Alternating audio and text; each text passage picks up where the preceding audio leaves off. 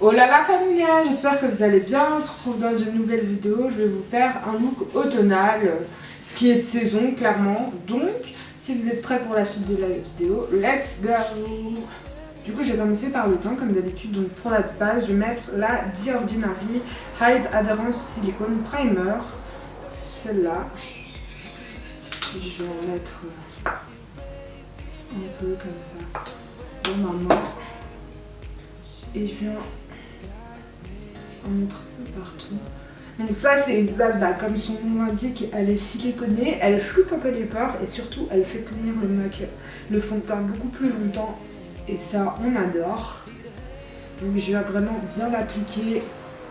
Vu qu'il y a du silicone, j'essaie vraiment bien de presser pour que ça comble un maximum aussi les pores. Moi ça me dérange pas d'avoir des produits siliconés parce que je me démaquille très très bien. Et c'est important de bien vous démaquiller si vous utilisez ce genre de produit.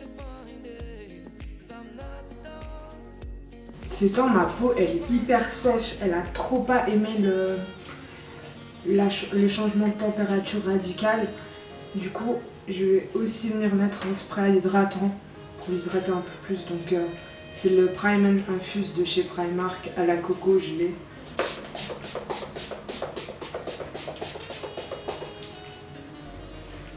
Ça sent tellement bon, j'adore l'odeur. Pour mon fond de teint, je vais mettre celui de chez Anastasia, le Luminous Foundation, donc celui-là. Je l'ai en teinte 120W. Et je l'applique plus, ces temps, j'applique plus mon fond de teint au Beauty Blender, je l'applique au pinceau. Donc là, c'est le pinceau Sephora 06. Je le trouve bien, il est assez dense. Et du coup, je viens de mettre 2 pompes et demie. Puis, je viens l'appliquer.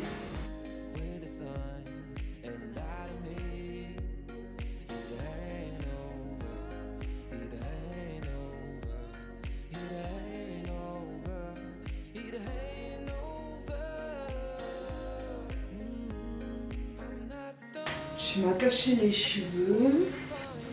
Je pense que ça sera plus simple.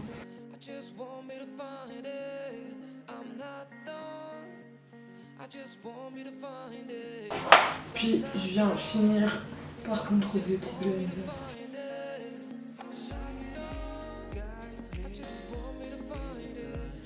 Pour l'anti-cerne, je viens prendre le Stay Naked de chez Urban Decay, donc celui-là, et je l'ai en teinte 10NN.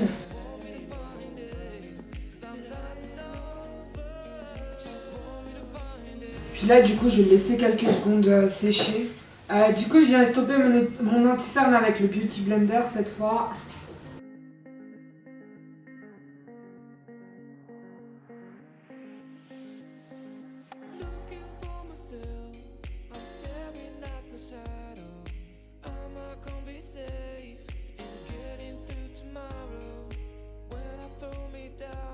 Puis pour pas avoir de démarcation entre l'anti-cerne et le fond de teint, je reviens prendre le pinceau avec lequel j'ai mis le fond de teint et je reviens un peu fondre les deux.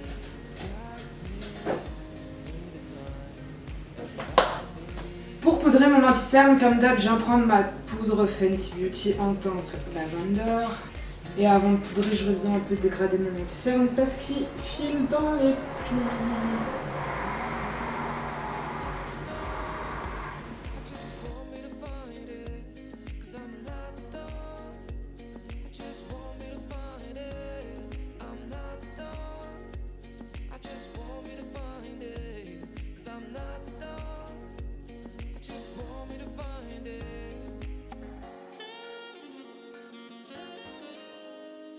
Puis je reviens prendre un peu de poudre, un peu plus, et je viens en déposer un peu comme ça.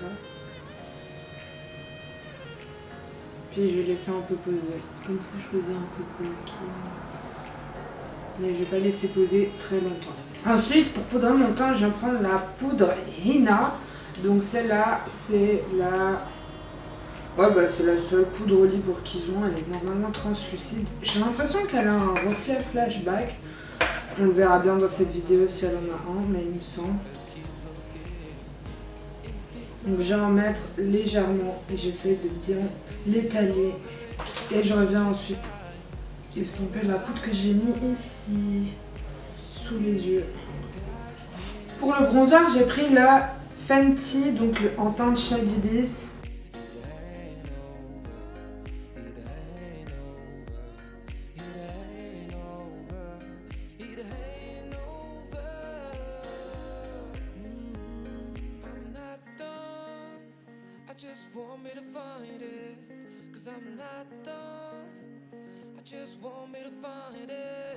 Au niveau du blush, je vais prendre le Jet Set Glow de chez EX1.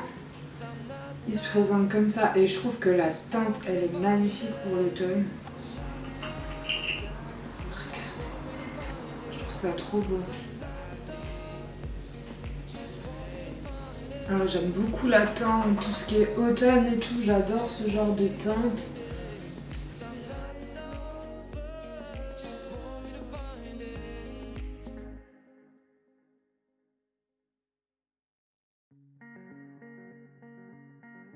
Et il est un peu lumineux, je le trouve trop beau.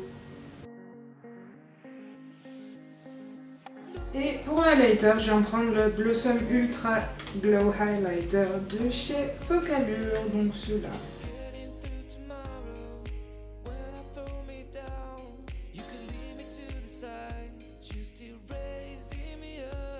Je viens estomper un peu le tout pour tout fondre ensemble. Je viens fixer tout ça avec le spray In Beauty.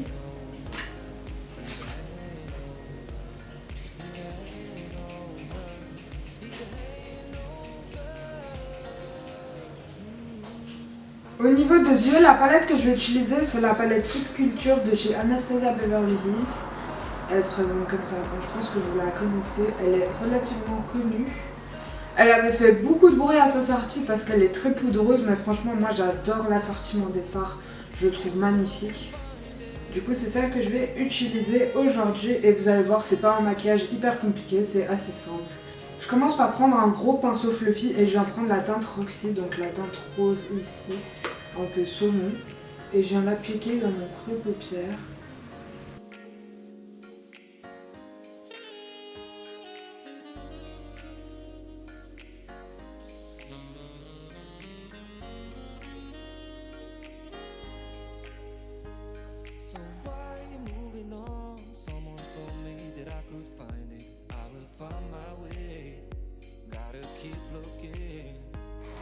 Pour finir le dégradé, je viens prendre la teinte Down. C'est la teinte beige ici.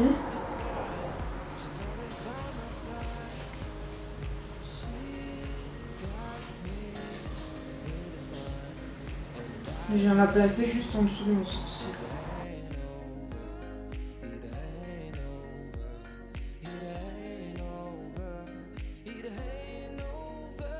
Je viens prendre la teinte All Star, donc la teinte Bordeaux qui est juste ici, et je vais l'appliquer sur toute ma paupière mobile.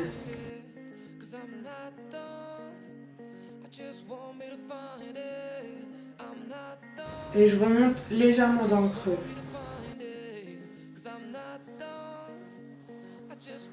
Et je commence à estomper petit à petit. Je reviens prendre le pinceau de la teinte Roxy, donc la première teinte rosée que j'ai mis pour dégrader correctement.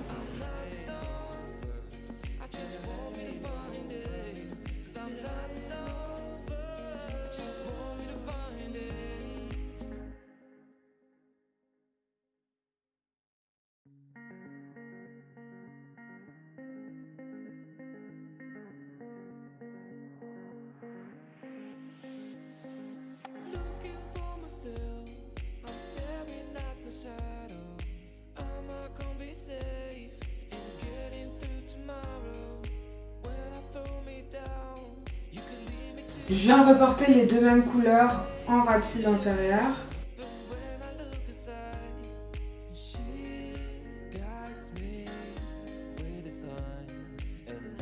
Avec un pinceau plat, je viens prendre la teinte Adorn, donc la teinte irisée ici, qui est magnifique, et je vais venir l'appliquer sur ma paupière mobile par-dessus le bordeaux.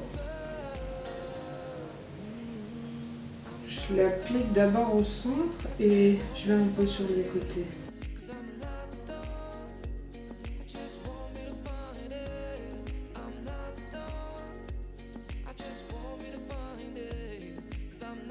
J'ai quelques petites chutes donc je viens les enlever.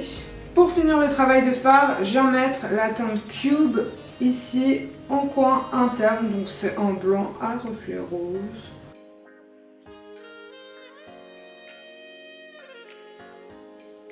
Je vais mettre mes crayons hors caméra, donc c'est le Marc Jacobs noir pour la muqueuse supérieure et c'est le Rina en gold pour la muqueuse inférieure et je reviens juste après. Pour le mascara, ce sera le Size Up de chez Sephora.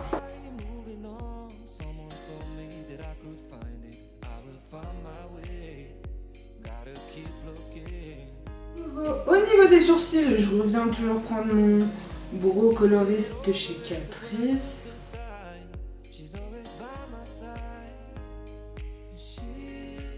Puis au niveau des lèvres, je viens mettre en rouge à lèvres de chez Beccac en teinte Orchid.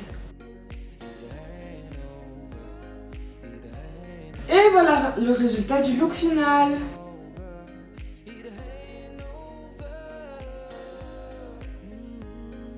On arrive à la fin de la vidéo, donc si la vidéo t'a plu, n'oublie pas de lâcher un petit pouce bleu et de t'abonner à la chaîne si c'est toujours pas fait. Et je vous dis à bientôt dans une prochaine vidéo. Ciao!